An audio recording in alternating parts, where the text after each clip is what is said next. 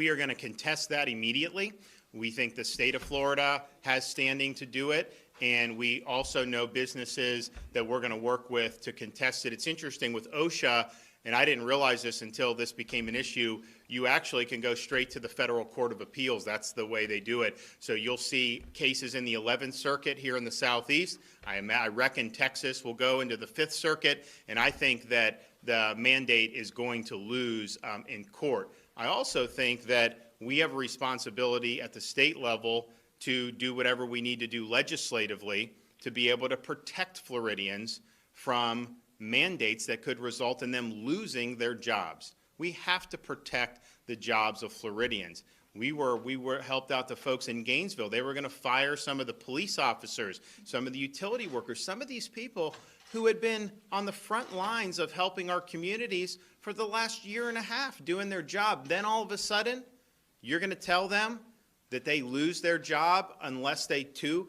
take a shot, which again, most of these people have had COVID and they have the right to make those decisions for themselves. So I just think it's fundamentally wrong to be taking people's jobs away, particularly given the situations that we see ourselves facing with the economy, where you need people in a lot of these key areas. What's going to happen with these hospitals if these mandates are allowed to go in where they already need more nurses?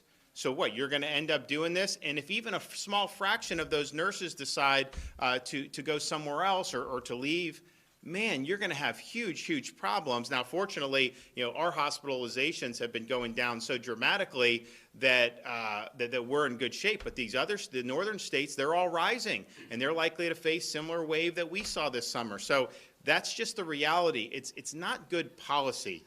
It's not good policy to destroy someone's livelihood, to take their job away. It's also not good policy to unilaterally impose a mandate that you don't have authority to impose. The OSHA does not have this authority. There's no statutory basis for it. This is a total reach that they're doing. It's also, of course, bad for the economy when you could potentially cause people to fall out of the workforce as a result of this. So let's protect people's jobs, let's protect their ability to make their own decisions, and let's not have Biden come in and effectively threaten to take away the jobs of people who have been working hard throughout this entire pandemic. I am offended that like a police officer could potentially lose their job. They were not given the ability to work from home. They didn't get to Zoom in to protect us. It ain't gonna work to protect the public on Zoom. You gotta be out on there. They were there the entire time. The firefighters were out there the entire time.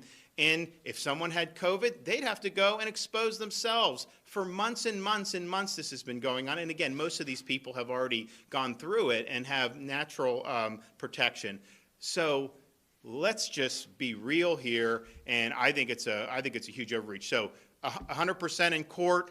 I also think legislatively protections for people so that they can't get fired, but also protections for them. I mean, if a business forces somebody to do this, then that employee, if there's anything that happens negative as a result of that coercion, they should be able to go in and then sue and get compensation and get damages for that. I also think we worked very hard in Florida to provide protections against COVID liability for businesses because we worried about people just going in and starting to sue to say, hey, I was in your business and I caught COVID, therefore it's your fault, that's just not the way respiratory viruses work. We've never done it that way. So we provided good protection, but if businesses turn around and now they're imposing mandates, then that protection to me is something that we would probably want to peel back from those businesses. So we're thinking through a lot of different things. I'm going to definitely want to see action on it legislatively, and then of course we are going to see action in the courts. I do think Biden's employer mandate, the mandate on private businesses, will go down. I also think the mandate on any hospital receiving Medicare or Medicaid funds, I think that it runs afoul of the law. That needs to be challenged. And then you have this one with the federal contractors. They're rewriting federal contracts to say anybody who's providing services to federal government must force this on everybody in their organization. Again, don't have the authority to do it. and not really a smart thing to do in terms of making sure we have the folks in place to keep our economy going, particularly in times when you see rampant inflation. You have all these supply chains disruptions, and a lot of that, again, is born out of bad federal policy.